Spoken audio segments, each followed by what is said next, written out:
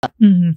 Pero Attorney Vic Rodriguez, sir, kung ganito yung opinion po natin about yung mga universities, yung mga colleges, and yung mga law schools, ano po ba dapat ang tamang attitude at tamang pag-handle po sa mga issues katulad po nitong impeachment? And then yung mga nabanggit nyo po na malalaki pong national issues na nakakaapekto po sa ating mga mamamayan, sa ating mga kapwa Pilipino?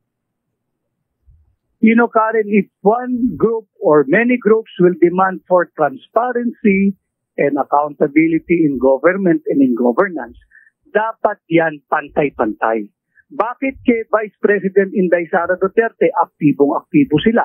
Samantalang tahimik, busal ang bibig doon sa 60 billion pesos ng PhilHealth. Doon sa zero funding ng PhilHealth ngayong taong 2025 at doon sa maanomalyang budget for 2025, yung Vice-Cam report. Bakit sila tahimik doon?